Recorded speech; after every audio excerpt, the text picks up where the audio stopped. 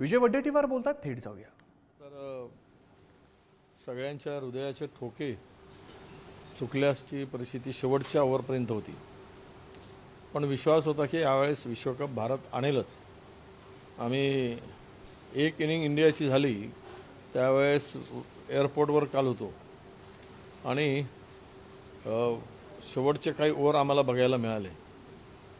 यातून विराट हे आणि पूर्ण विश्वचषकात त्यांनी रन काढले, पण विराटने मात्र शेवटच्या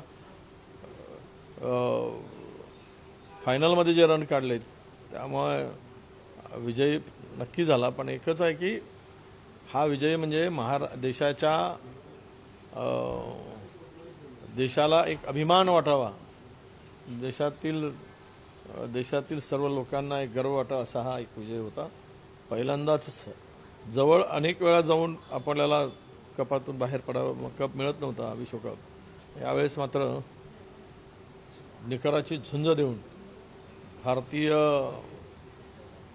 खेळाडूंनी एक जबरदस्त इनिंग केली आणि जिंकले. त्याबद्दल नक्कीच आनंद आहे.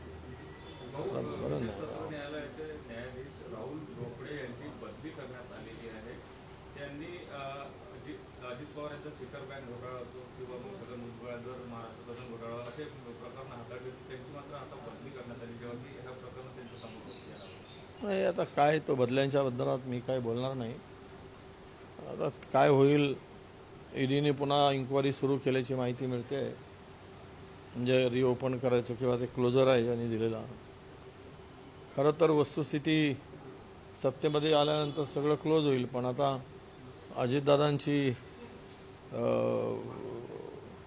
मला वाटतं उपयुक्तता कमी झाली की काय, म्हणूनच भाजपा परत त्यांना आपल्यासोबत पुढच्या विधानसभेच्या निवडणुकीत घेऊ इच्छित नसेल, म्हणून त्यांना कदाचित पुन्हा अडकवण्याचा प्रयत्न आणि बदनाम करण्याचा प्रयत्न पुन्हा नव्यानं करायचं काही षडयंत्र असू शकते. त्यामुळं त्या बदलीचा आणि याचा काही संबंध जोडण्यात अर्थ नाही. मी त्यावर काही अधिक भाष्य करणार नाही. वारी सुरू आहे आणि मुख्यमंत्र्यांनी आदेश दिल्यानंतरही पुन्हा एकदा इंद्रायणी जी आहे ती फेसाळलेली आहे. कसं बघतो तुम्ही? मुख्यमंत्री वारंवार सांगतात की आम्ही स्वच्छ करणार. नाही, इंद्रायणीमध्ये तिकडे जेवढे केमिकल इंडस्ट्री आहे त्याच्यावर निर्बंधच नाही आहे. स्वच्छ वाहणारी इंद्रायणी सगळ्या केमिकल इंडस्ट्रीमुळे, मोठमोठ्या उद्योगामुळे त्याच्यामध्ये कुठेही पोल्युशनच्या संदर्भात तिकडे कुठलीही कारवाई होत नाही. सगळे तिकडे त्या उद्योगांकडून वसुली सुरू आहे. त्यामुळं कुठलाही उद्योग म्हणजे हा आता माणसाचं आयुष्य कमी करायचं आहे.